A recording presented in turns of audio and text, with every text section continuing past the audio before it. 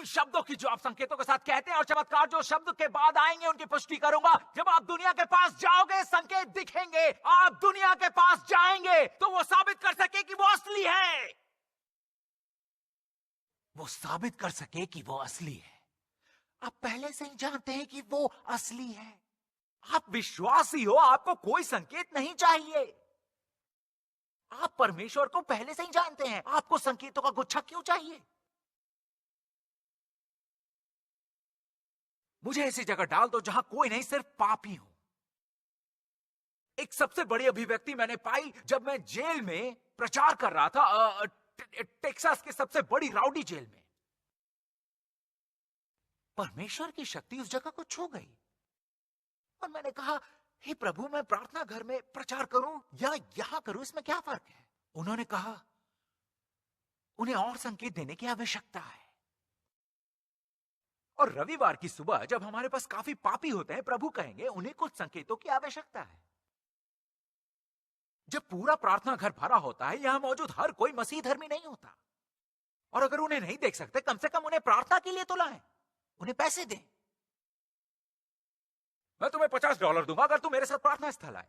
तुम मुझे सिर्फ वहां जाने के लिए $50 दोगे, तुम्हें वहां पूरी देर तक बैठना है जब तक वो खारिज ना कर दे।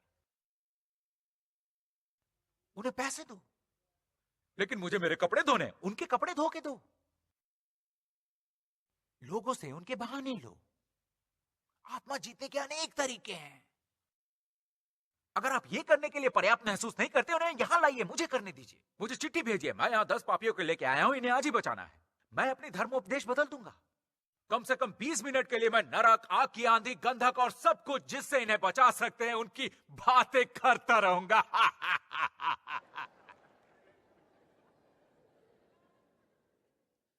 क्या आप समझ रहे हैं मैं आज रात क्या कह रहा हूं?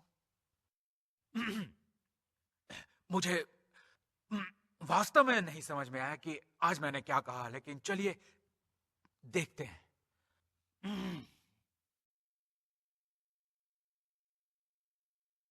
राज्य का गठन ही परमेश्वर का वचन है। परमेश्वर व्यक्तियों का आदर करने वाला नहीं है, क्योंकि कानून व्यक्तियों का आदर करने वाला नहीं है। लेकिन परमेश्वर उनका आदर करते हैं जो कानून बनाए रखते हैं, और परमेश्वर का कानून है उनका वचन। कानून लोगों का आदर करने वाला नहीं है। कानून लोगों का आदर करने वाला नहीं है। गुरुत्व का कानून व्यक्तियों का आदर नहीं करता। अगर तुम ऊपर से कूदोगे तो नीचे ही गिरोगे, और ये भी कहेंगे कि तुम भी तो वही हो जो बाकी सब करते हैं। परमेश्वर व्यक्तियों का आदर करने वाला नहीं है, लेकिन वो उसका आदर करता है जो उसका वचन रखते हैं। तो अगर आप उसका वचन नहीं रखोगे तो उम्मीद मत करना कि परमेश्वर वो करेगा जो तुमने पढ़ा है। वो नहीं करने वाला।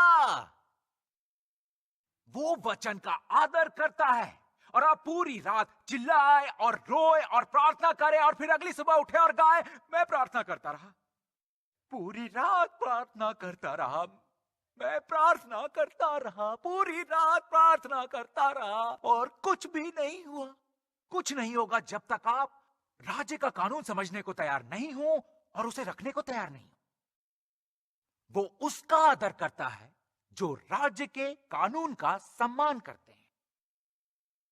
मैं राज्य के कानून को नहीं जानता। वो बताता है कि आप जहां हो वहां किस वजह से हो। मुझे नहीं लगता उसके लिए ये सब करना पड़ता है। ये एक और कारण है जो बताता है आप जहां हो वहां किस वजह से हो, क्योंकि इसी तरह प्रणाली काम करती है। या तो प्रस्तुत करो और बढ़ो, या नहीं।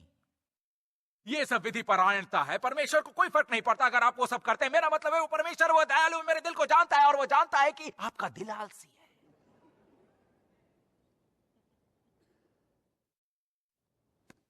हर राज्य के कानून होते हैं, और परमेश्वर के राज्य के भी कानून है। शब्द देखो, उन्हें पढ़ो, उनका पालन करो। चलो वो करते हैं जो हमें करना चाहिए।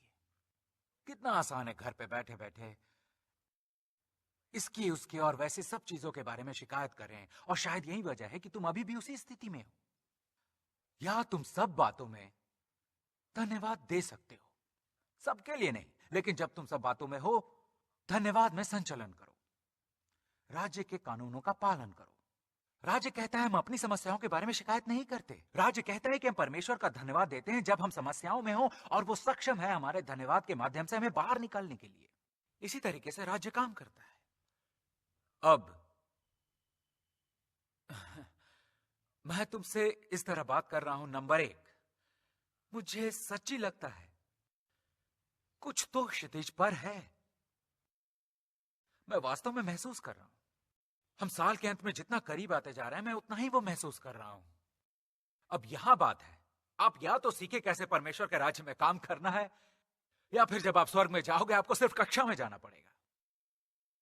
स्वर्ग में कक्षा? क्या आपको लगता है परमेश्वर आपको अपना मुंह स्वर्ग में चलने देगा? वो पहले ही उन्हें लात मारकर बाहर निकाल देते हैं। क्या आप देख सकते हैं कितना वक्त लगता है? 6000 साल लगते हैं उस बतंगड़ के लिए जो शैतान के साथ हुआ था। उसके पास वो अभी नहीं है। राज्य में कार्य करो, परमेश्वर की स्तुति करो। अगर आप मरते हो, स्वर्ग जाते हो, कक्षा में दाखिल होते हो और मैं वहां खड़ा हूं, आपका शिक्षक दोबारा। मैं मुझ पे हंसता हूं। कहो तुम उससे प्राप्त करने को तैयार हो? चलो दोस्तों, अगले स्तर तक जाते हैं। अगले स्तर तक जाते हैं। चलो इस बात को जलाते हैं, इसे जलाते हैं। आप कितने लोग को राज्य में ला सकते हैं? चलो अगले स्तर तक जाते हैं। चलो ऐसा कुछ करते हैं जो इससे पहले तुमने नहीं किया। हाँ, लेकिन मुझे पता नहीं, इसे छोड़ दो बच्चे, जाओ और इसे करो। यीशु आपके साथ होगा। बीमार पर हाथ बिछाओ, शैतानों को बाहर निकालो। स्वतंत्र रूप से आपको दिया गया है, स्वतंत्र रूप से किसी और को दे दो। एक वरदान हो, इस दुनिया में प्रकाश हो और इस दुनिया को दिखाओ हमारा यीशु असल में कौन है। आमीन। आज रात तुमने कुछ सीखा? परमेश्वर की स्तुति करो। हम तैयार हैं। हालेलुया, महिमा परमेश्वर के लिए हो। हालेलुया, यीशु धन्यवाद। परमेश्वर की जय हो। अब आप समझे पौल क्या कह रहा था जब उसने कहा हमें यीशु के सुसमाचार की शर्म नहीं आती, क्योंकि वो परमेश्वर की मुक्तिधार की शक्ति, चिकित्सा, बचाव, उद्धार, समृद्धि, पूर्णता, आपके जीवन के हर क्षेत्र में सुख, हर क्षेत्र में। हमें उसकी शर्म नहीं है। जोर से कहो, हमें उसकी शर्म नहीं है। मैं यीशु के सुसमाचार की शर्म नहीं करता। ये मोक्ष के उद्धार के लिए परमेश्वर की शक्ति है। मैं शर्मिंदा नहीं हूं। मैं एक मसीह धर्मी हूं। मैं एक मसीह धर्मी। आपको शायद ये करना होगा यदि आप कल तक कुछ भी नहीं करते, लेकिन सिर्फ 2 या 3 लोग तो तुम्हें पता है मैं दोबारा जन्म लूंगा, यीशु मेरे जीवन के प्रभु।